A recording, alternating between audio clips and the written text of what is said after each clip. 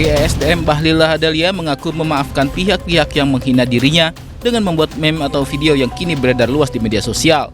Bahlil menegaskan terbuka terhadap kritik terkait kebijakan pemerintah, asalkan tidak dihubungkan dengan serangan pribadi dan isu rasial. Bahlil juga menyatakan tidak pernah memerintahkan untuk melaporkannya ke polisi. Ia bahkan meminta kader Partai Golkar segera mencabut laporan polisi. Saya doakan yang risau-risau pun nggak perlu risau kok. Indonesia ini kan milik kita semua. Dan saya pikir ya kalau ada yang meme-meme apa, udahlah saya maafkan lah. Nggak apa-apa kok. Sebenarnya kalau kritisi kebijakan itu nggak apa-apa. Tapi kalau sudah pribadi, saya jujur ya, saya nggak tahu. Saya jujur saya nggak tahu. Karena sebenarnya kalau saya itu punya kebijakan dikritisi, itu nggak apa-apa. Oh dulu kan, mohon maaf ya, LPG kan kurang apa ininya. Ketika dikritik, dihajar, ya memang kita harus mengoreksi diri kan. Nggak ada yang lapor kan. Nggak ada yang lapor kan. Mana ada pernah kita melaporkan kebijakan saya. Sebelumnya, sejumlah kader muda Partai Golkar mendatangi Polda Metro Jaya. Mereka melaporkan 30 akun media sosial pembuat dan penyebar meme yang menyerang Bahlil. Dari Jakarta, Tim Liputan iNews melaporkan. Pemirsa, pakar telematika Roy Suryo dan pakar kebijakan publik Bonatua Silalahi mendapat salinan ijazah Presiden ke-7 RI Joko Widodo dari KPU. Roy mengaku menemukan keanehan setelah melihat ijazah tersebut.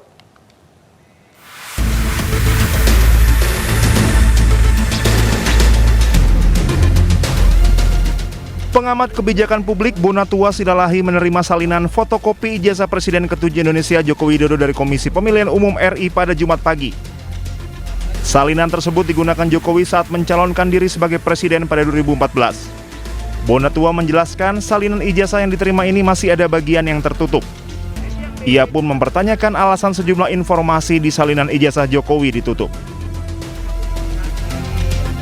Yang diberikan itu adalah fotokopi terlegalisir, ini apa ya, fotokopi dari fotokopi.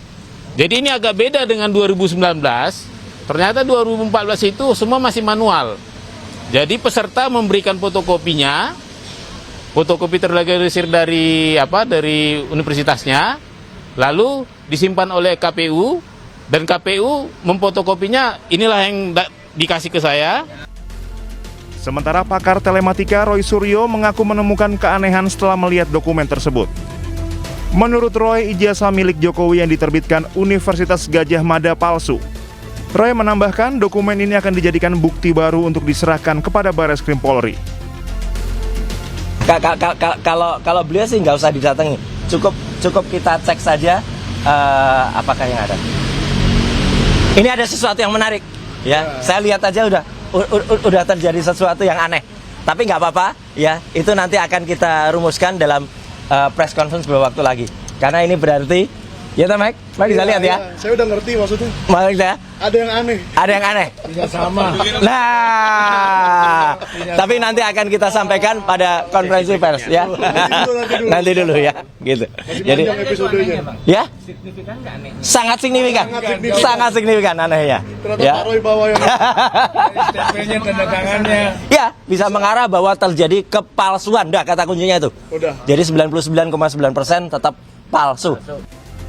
Roy Suryo dan kawan-kawan saat ini tengah mengumpulkan sejumlah salinan ijazah Jokowi yang digunakan dalam beberapa pemilihan umum yang diikuti Jokowi.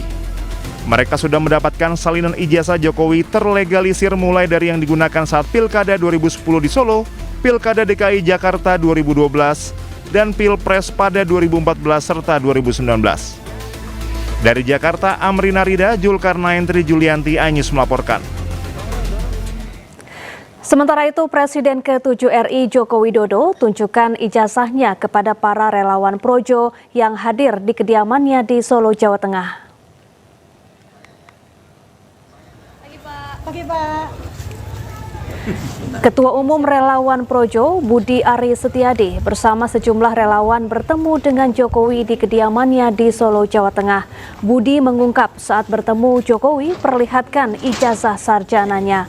Budi menegaskan ijazah yang ditunjukkan Jokowi adalah asli. Ketua Umum Projo juga menyebut Jokowi memberi arahan untuk mendukung pemerintahan Prabowo Gibran.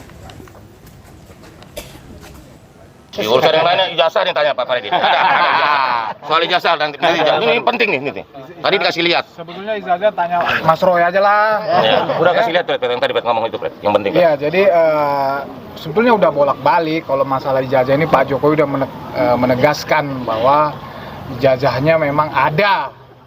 Dan kita tadi dipertunjukkan bahwa ijazah Pak Jokowi itu ada, dan Pak Jokowi juga udah menunjukkan ke rektor, ke dekan. Jadi bukan hanya menepis semua isu-isu dan keraguan bahwa ijazah Pak Jokowi itu hilang, terbakar, tetapi memang ada dikeluarkan UGM dan masih dipegang oleh beliau. Jadi selesai isu ijazah itu ya. Ya, makasih ya. Udah yang ini. Pemirsa, Menteri Pertahanan Syafri Syamsuddin meninjau markas Yonif teritorial pembangunan TP821 penjaga pulau terdepan di Pulau Buru, Maluku. Menhan menekankan Pulau Buru sebagai simbol kebangkitan dan kehormatan bangsa. Siap. Kau dari mana? Siap, izin dari hasil. Siap, izin dari hasil. Menteri Pertahanan Syafri Syamsuddin meninjau markas Yonif teritorial pembangunan atau TP821 Satria Bupolo di Pulau Buru, Maluku. Menhan menyapa para prajurit pertahanan di pulau terdepan dan mengapresiasi semangat pengabdian prajurit yang berdedikasi tinggi. Dalam arahannya, Menhan mengingatkan agar Yonif TP821SB menjadikan Pulau Buru sebagai simbol kebangkitan dan kehormatan bangsa. Yang nantinya kalian juga akan pindah ke pangkalan yang baru yang sedang dikerjakan sekarang.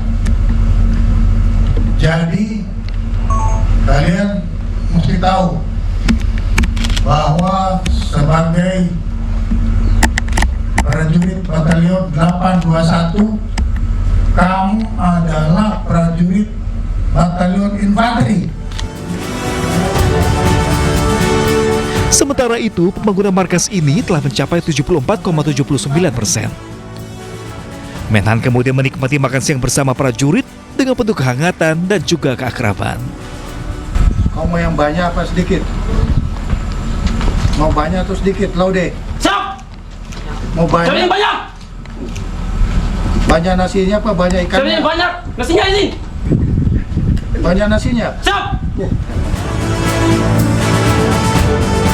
Menhan juga menekankan pentingnya kesejahteraan prajurit, kebersihan dapur satuan, dan kedisiplinan serta moralitas prajurit. Duduk. Diam. Mengawali makan siang. Berdua, mulai.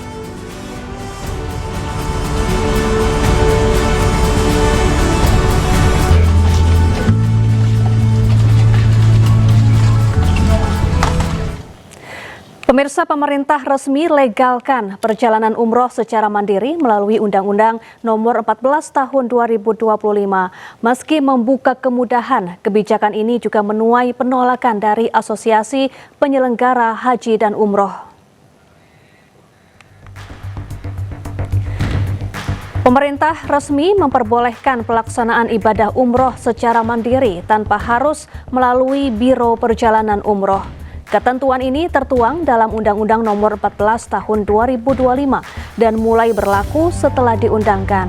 Dengan demikian, jemaah kini leluasa mengatur sendiri perjalanan umroh termasuk pengurusan visa, tiket, akomodasi, dan kebutuhan ritual tanpa melalui pihak ketiga.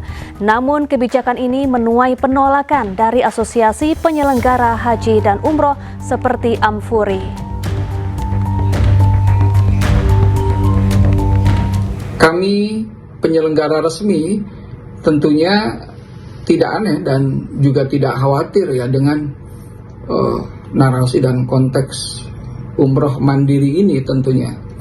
Karena memang sebelumnya pun perjalanan ibadah umroh secara mandiri itu sudah ada. Ya, dalam pasal 87A terdapat 5 syarat yang harus dipenuhi jemaah untuk dapat berangkat umroh secara mandiri, yaitu sebagai berikut.